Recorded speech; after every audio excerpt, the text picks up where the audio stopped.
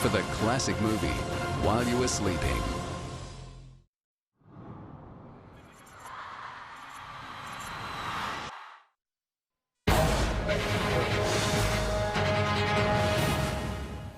Good morning and welcome to this 7 News special coverage of the US elections, the other great race of this first week in November. But unlike the Melbourne Cup, of course, there are just two runners today, Barack Obama and Mitt Romney. And for the past couple of weeks, the two of them have been running neck and neck. Rarely has a presidential race been so tight. That was, of course, until the arrival of the superstorm Sandy, which not only flattened large parts of the East Coast, but also Republican Mitt Romney's campaign momentum. The polls now put Obama slightly ahead, but only just. Some pollsters say the race is still ridiculously close and could even result in a tie, a result which could give us a Republican president and a Democrat as Vice President. It's the equivalent of having Tony Abbott as Prime Minister and Wayne Swan as Deputy PM. And it's a serious prospect. More on that later. Today, 7 News will be sourcing election coverage from our affiliates in the United States, CNN, NBC and MSNBC. And we'll be getting expert analysis from Dr. Quentin Beresford, Professor of Politics at Edith Cowan University, who will be joining us here in the studio. Quentin, good morning to you and thanks for joining us. Good morning, Chris. Pleasure. But first, we're going to go over to our US Bureau Chief Mike Amor, who is in position at Obama HQ, McCormick Place in Chicago, and he joins us now. Mike, how tight will this race be? It's a great question, Chris. Good morning. You know what they say about pollsters, they were invented so that astrologers look accurate. It's going to be tight, there's no doubt about it, but the feeling here in the Democrat stronghold, where they hope Barack Obama will be on stage in a few hours' time claiming victory, they think it's not going to be as tight as the pollsters are saying. We'll find out. Hold on to your hats, because in the next half an hour, some of those states stop voting, and then we'll start to see the results come trickling in. The first one is Virginia, critical in this election result. And the next one, about half an hour after that, will be Ohio. And of course, we've spoken a lot about Ohio. No Republican has ever gone to the White House without winning Ohio. So it's going to be very interesting, the first hour of this coverage, to see where this is going. We'll get a really good indicator. But a lot of people are saying, look, this could be like 2000. No hanging chads, thankfully. If you remember those pictures of people examining hanging chads in ballots, there are no ballots like that anymore. But where it could come down is in Ohio, where there are provisional votes, people who go to the polling booths whose names are not correct or details aren't correct. They give them a provisional ballot. 200,000 of those provisional ballots have been handed out.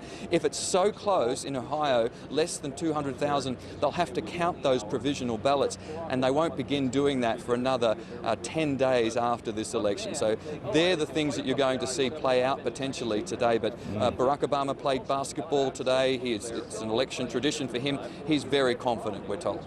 Mike, 4 years ago there was massive excitement surrounding the man who'd become America's first black president. Has that enthusiasm for Obama diminished this time round? Yeah, it certainly has. He hasn't got anywhere near the popularity rate that he had back then, and it's understandable given the tough 4 years that America has faced there, and especially with the unemployment rate, which is 7.9%. No sitting president had ever been re-elected with an unemployment rate as high as that since FDR, Franklin Roosevelt. So he'll go against history. He'll create history again tonight if he does win. They feel like they've regained momentum in the last couple of days, perhaps to do with Hurricane Sandy. We'll talk about that a lot tonight, but they feel like momentum is swinging back towards them. And again, we'll see all of this play out pretty quickly tonight. Probably a lot of those early states will be too close to call initially, but they'll be examining those numbers inside and out, and they'll get a pretty good indicator of how long or how short this night could be, Chris. All right, Mike Amor, we'll be checking in with you throughout the day. Now, as the results start rolling in from this point onwards, in 2008 we had the result by 11 p.m. US Eastern Time, or 3 p.m. Australian Eastern Daylight Time. That would be just a little over 4 hours from now. This time, though, the race, as we said, is much, much closer, and the count could take much, much longer. Republican nominee Mitt Romney has clawed to a position few thought was possible, and is watching his moves closely over these last few hours has been US correspondent Angela Cox. Last week we saw her knee-deep in the floodwaters of Superstorm Sandy. This time she is up to her neck in Republican Party supporters in Boston. Angela, good morning to you. Romney's campaigning hard right up to the last minute. Yeah, good morning, Chris. Things are really starting to crank up here. They've just opened the doors. Some of Romney's supporters have started filtering in. You may be able to hear the jazz band behind me. About 4,000 guests have been invited here. 1,200 media have also been invited. It's been a very big day for Mitt Romney. He started it out early to cast his vote. He told reporters he was feeling good. Then it was straight to Ohio, that critical battleground. It's his 43rd time in the state during this campaign, so you can tell just how desperately he wants to win that. He's also making a late play for Pennsylvania. That's an Obama-leaning state. But the benefit of where he was campaigning today, the TV coverage seeps in across to Ohio so he could speak with both audiences at once. He said that basically he just didn't want to have any regrets with this. If he misses out on this election, he wants to know he didn't spend the final day sitting in a hotel room. He was out there working it till the very end. He's now returned to Boston and he's flown in. He's arrived at his hotel near the convention centre here, and he'll be sitting there watching the poll results like the rest of us until he finally gets the call to come into this ballroom and either concede defeat or celebrate the fact that he'll be the next US president. And we talked about the superstorm Sandy and the effect it's had on the campaign. I mean, talk us through that. Has Romney been able to claw back any lost ground? Yeah, he's certainly lost some momentum. He really gained momentum after that first debate and it was really building, but he was basically off air for days out of respect initially, but also he wouldn't have even been able to get his head on television because obviously the media was saturated with that disaster.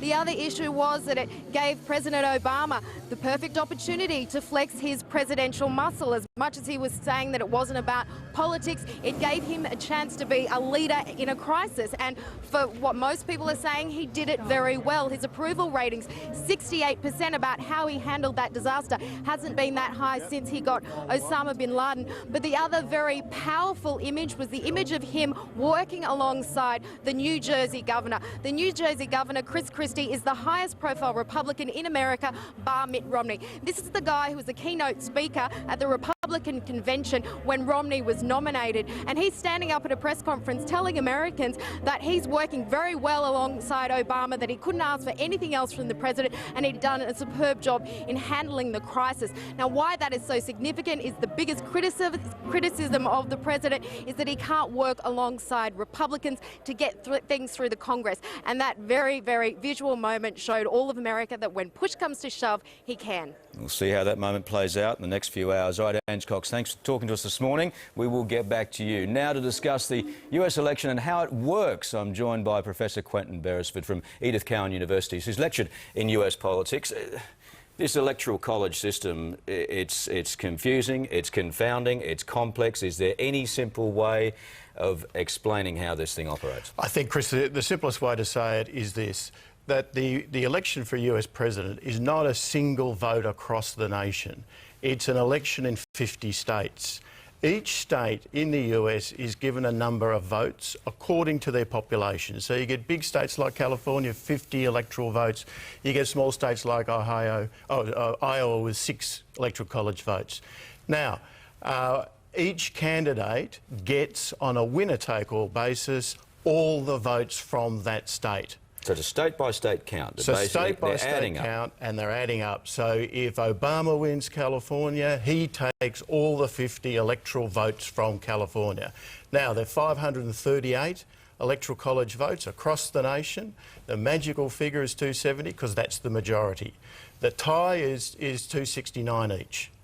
And so what each candidate is trying to build is to win each state, get the pledged votes from that state and build to 270. So that's what we're going to hear all through this coverage from American colleagues. It's going to be talking about this magical figure of 270. Who gets to it first gets the presidency, gets the White House. Who gets it first gets the presidency. Let's talk about some of those key states, and Ange and Mike have brought up a couple of them just before. Ohio is the one that everybody talks about, has almost mythical status now. I think we get to that in a couple of hours' time. We'll know the results from there. We'll have an indication from there. Why is it so critical?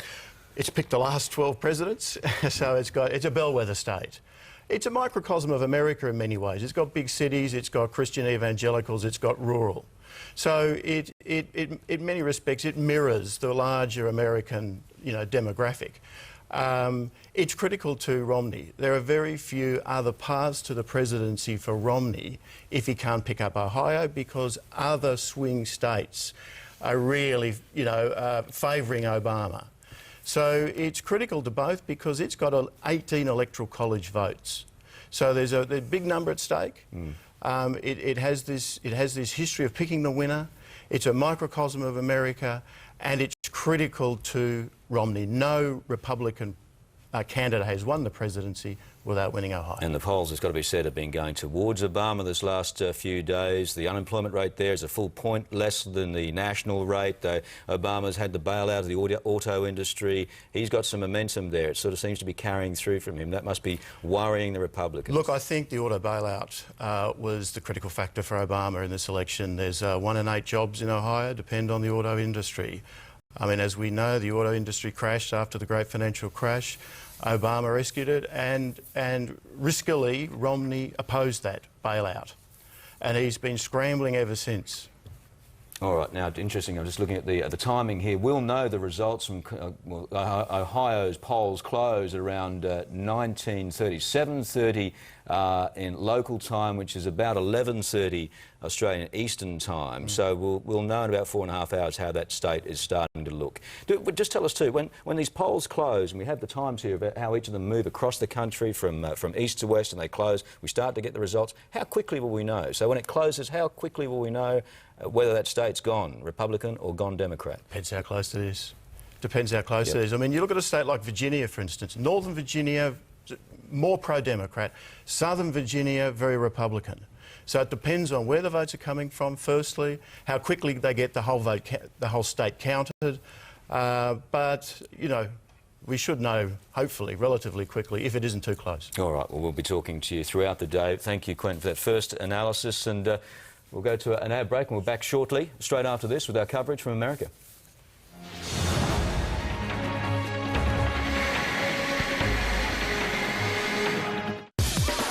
Units are staying